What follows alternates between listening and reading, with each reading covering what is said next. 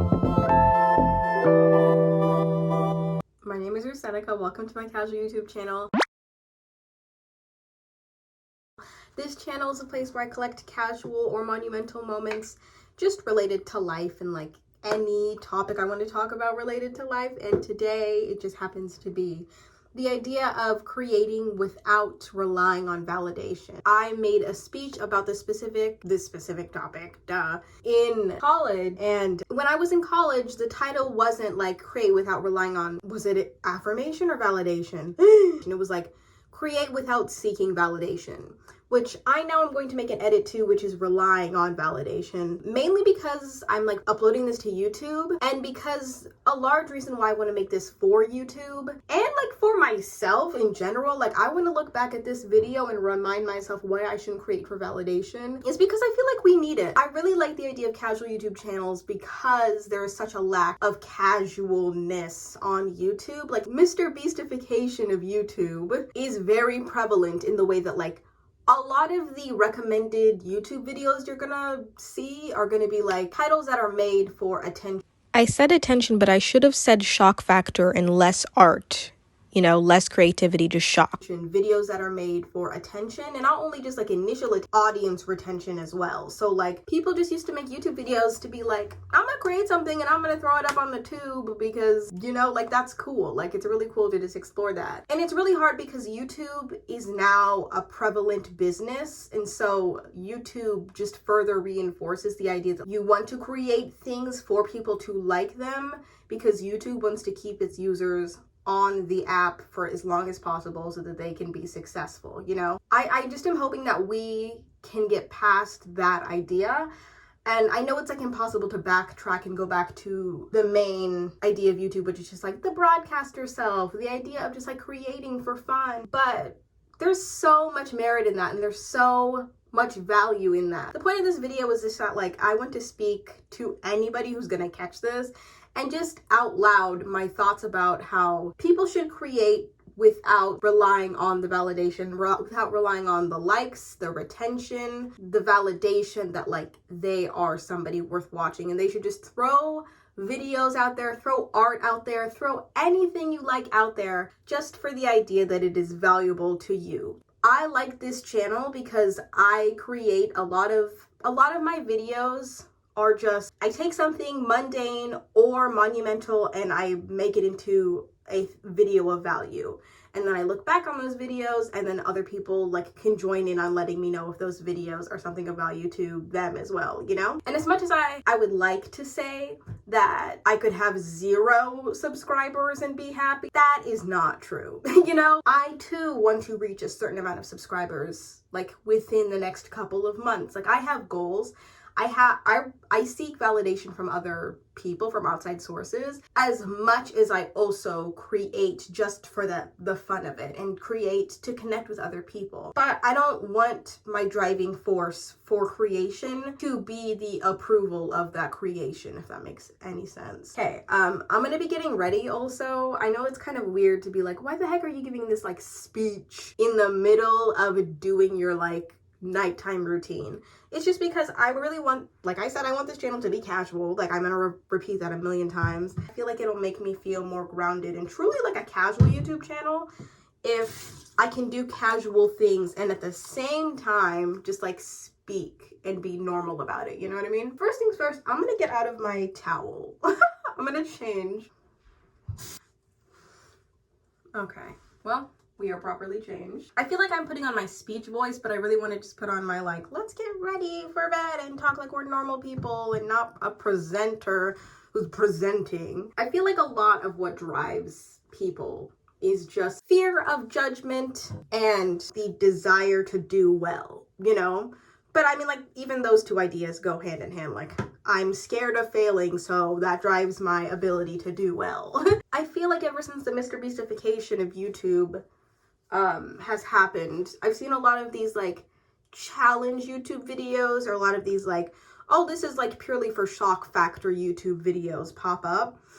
And as much as I respect and understand it, because, you know, like people want to make impressive YouTube videos, I also am kind of discouraged by it because I'm like, I feel like this is creating a culture on YouTube where it's like, this is no longer just users having fun. This is people turning their lives into businesses, and every single page that I see like isn't just a person who just wants to speak. This is like a business who has something they're trying to sell, you know? I don't know if I should be explaining what I'm doing because I don't think anybody really cares. Like, nobody came for this video to like figure out what I'm doing with my face before bed. Like, you just came on this video because, I don't know, the title, I guess. When I did this speech in college, I brought up a specific point because you're supposed to have like, oh, shocking, like a shocking hooker. That did not sound like it came out correct. You're supposed to have a shocking hook in order to convey my idea of like, oh, like you should make things without seeking validation. I like thought to myself, who are some people that create things that haven't really gotten the recognition that they deserve, but they made it anyways? And I thought about like, who are pop stars who haven't won any Grammys yet, or not even yet, just haven't won any Grammys, period. You know what I mean? Because I feel like that is such a prominent idea in the music industry to be like, well, this person's successful, they have a Grammy. Yeah, so I like looked up like who doesn't have a Grammy, and there were a lot of artists who didn't have Grammys. Katy Perry, I found out as of whatever time I presented that thing in college. I think it was last year. It was either last year or it was the year before. It was either 2021 or 2022. That Katy Perry had not won a single Grammy, which is so shocking. But I made that point to just say, like, the idea that, like, Katy Perry hasn't won a Grammy is so weird and shocking to me because it makes you feel like, of course, Katy Perry, like, you just think to yourself, like, there's no way Katy Perry hasn't won a Grammy. But I wanted to say all of that to say, imagine if Katy Perry went into the music industry and she had this like stethoscope into the future, or like had the ability to see what her career is going to be like. And she asked her future self, do we have any Grammys from this? Am I going to be big? And her future self tells her like, you don't have any Grammys from this, unfortunately. Imagine the disappointment of like a starting out pop star Katy Perry would have if she found out like she was going to start this career and like she asks her future self, am I going to have a Grammy? And her future self is like, no. Like, that would probably be really, really discouraging to her because you would rely on that Grammy to tell you, yeah, I'm going to be a good pop star. Like, I got a couple Grammys, but it's like, you shouldn't create. Katy Perry is the icon, the pop star that we love because she creates bops and hits. Maybe not so much more anymore, honestly. Like, I really haven't heard a Katy Perry song that I've liked in years, but of the songs that she's made before, like the 2020s, she made a lot of really amazing music that I feel like defined many different years. Or I think like a couple other people, I can't remember all the people who hadn't ever won a Grammy, but maybe I'll insert like a couple of photos of the people who haven't won Grammys yet.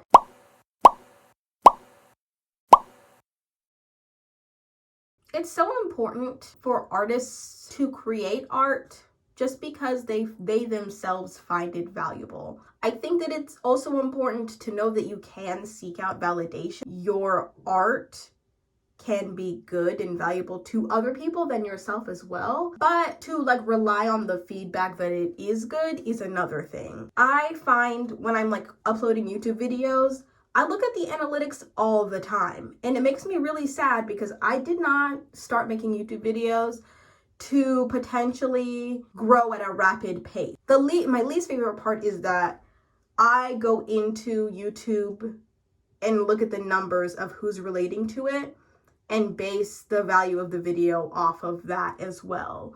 When really I should just base the value of the video in the idea itself and in my ability to carry it out. And I find that with artists, it's so easy to be distracted by the amount of people who like your art versus just being happy and inspired and motivated by the art itself and the idea itself and the process itself. I think that we're also so focused on progress and improvement and being the best, creating good things as opposed to just the basic creating and starting and not achieving. Sometimes you can do things that you don't need to seed and achieve and be the best at. You can start something because you simply enjoy it. I was talking about this with my therapist a while ago, but it always sticks in my mind about how I like the idea of painting and drawing, sketching, but I don't like that I'm not good at it. So much so to where I don't even attempt it if I know it's not gonna be good, you know? Like, I don't want to end up with a final product that I'm not proud of, because I find that whenever I put my effort into anything as an artist, if I'm not good at the medium, I don't even want to try it, which is so sad, because even though I'm not good at it, I still enjoy it, if that makes any sense. Like, I think the final product is bad, but if I can't, like, brag about it or show it to anybody else, then I just don't deem it is worth showing off or trying. So then I just don't deem it as worth attempting, you know? But it is worth attempting because I simply enjoy it. My therapist was saying the other day, do you need to be good at this? Like, is it necessary for you? Are you selling your art? And I said, no, I'm not doing anything with it. I'm just doing it and then just putting it away for me to never see again, just for self-expression reasons. And she just said, well, if it's not your job and you don't need to be good at it, there is no reason for you to have a standard of yourself of, oh, this is good, this is not good. Just do it and enjoy the experience of it. You don't constantly need to be improving and succeeding at whatever the heck you do when it is not necessary for you. And I find a lot of value in that, because it just reminded me that we're all just having experiences and and doing our hobbies because they bring us happiness and joy and dopamine and serotonin. What's the difference also between dopamine and serotonin? Can somebody let me know?